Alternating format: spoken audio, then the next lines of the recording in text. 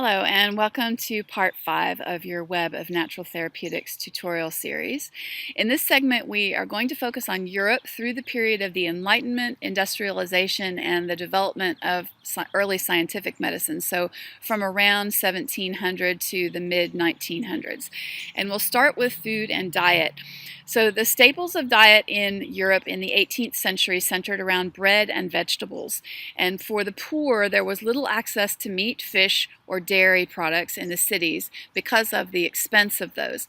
And even in the rural areas, dairy products were not that much consumed because milk was generally processed into cheeses, and those cheeses were sold as a source of income to a rural family. The wealthy, by contrast, had ready access to meat, fish, cheese, and alcohol, and often a variety of different meats were consumed at a single meal with the wealthy. Fruit was not that common outside of the Mediterranean regions of Europe at this time, and it was quite rare in England. But in the late 1700s, with the discovery of the cause and prevention of scurvy, lemons began to be imported and used to prevent symptoms of scurvy. Also in the 1700s in England, tea was the national drink, and that was imported from India. And coffee had become quite common, also imported from colonial locations. It's also worth noting at that point in time in England that sugar consumption was quite high amongst the rich, and sugar was also an imported commodity.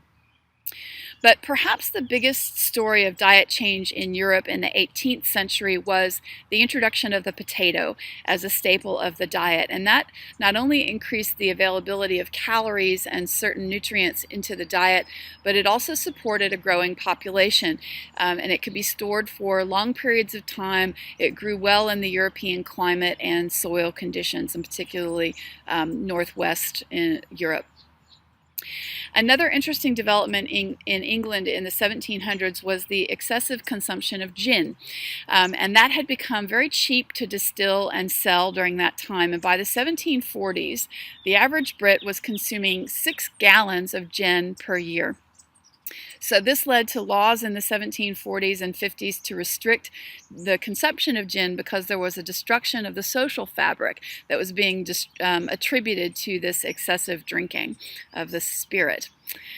Moving on to herbal medicines and also preventive care, we learned about the advent of health manuals during this span of time in lecture, and to teach people more about how to take care of themselves.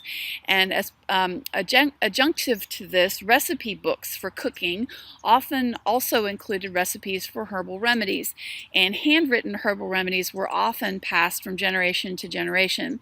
There was an interesting quote from this time period: "A person ignorant of self-care would have been equivalent to a woman unable to bake, stitch, and manage the servants, or a gentleman who could not ride."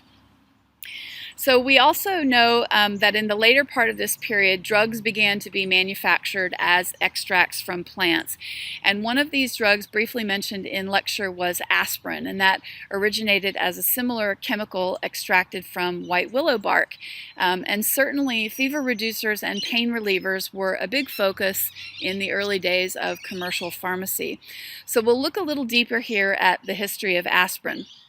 So willow was used by the Egyptians and the Sumerians as a pain reliever and to reduce inflammation from as far back as about 3000 BCE. Hippocrates also documented using willow tea as a pain reliever, and it appeared in Dioscorides' De Materia Medica as well. As the field of chemistry progressed in the 18th and 19th centuries, a chemical called salicin was isolated from willow bark and also from the flowers of the herb meadowsweet. And then by around 1850, other forms of this chemical, salicylic acid and sodium salicylate, were manufactured and were more effective against fever, pain, and inflammation. But they were found to be irritating to the stomach lining. So the chemists persisted in trying to manufacture a form that was less irritating than these newer forms. And in the late 1890s, they finally manufactured acetyl salicylate, which is what we know as aspirin today. And that is less irritating to the stomach lining than the prior manufactured forms were, but it's still more irritating than the original natural extracts, which were not as concentrated. So the benefits of the final form of this acetyl salicylate were that it was shelf stable for longer than the natural forms were, and it was a more concentrated dosage of the active ingredient, and so it could be mass manufactured, and it tended to be faster acting and have greater effects than the dosages that could be gotten through the natural sources. Moving on to manual therapies, which is to say there's actually not a whole lot to say about manual therapies at this point in time in Europe.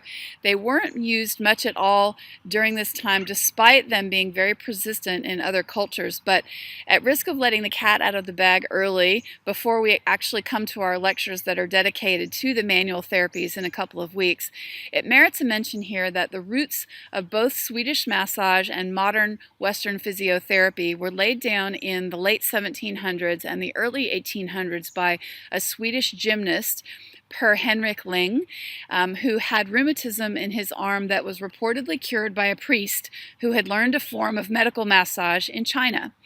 And Ling convinced the Swedish government to set up study of this healing practice, and the rest is history, which we will cover in session 21. So that brings us to the end of part 5. I will see you in part 6, and thank you for joining.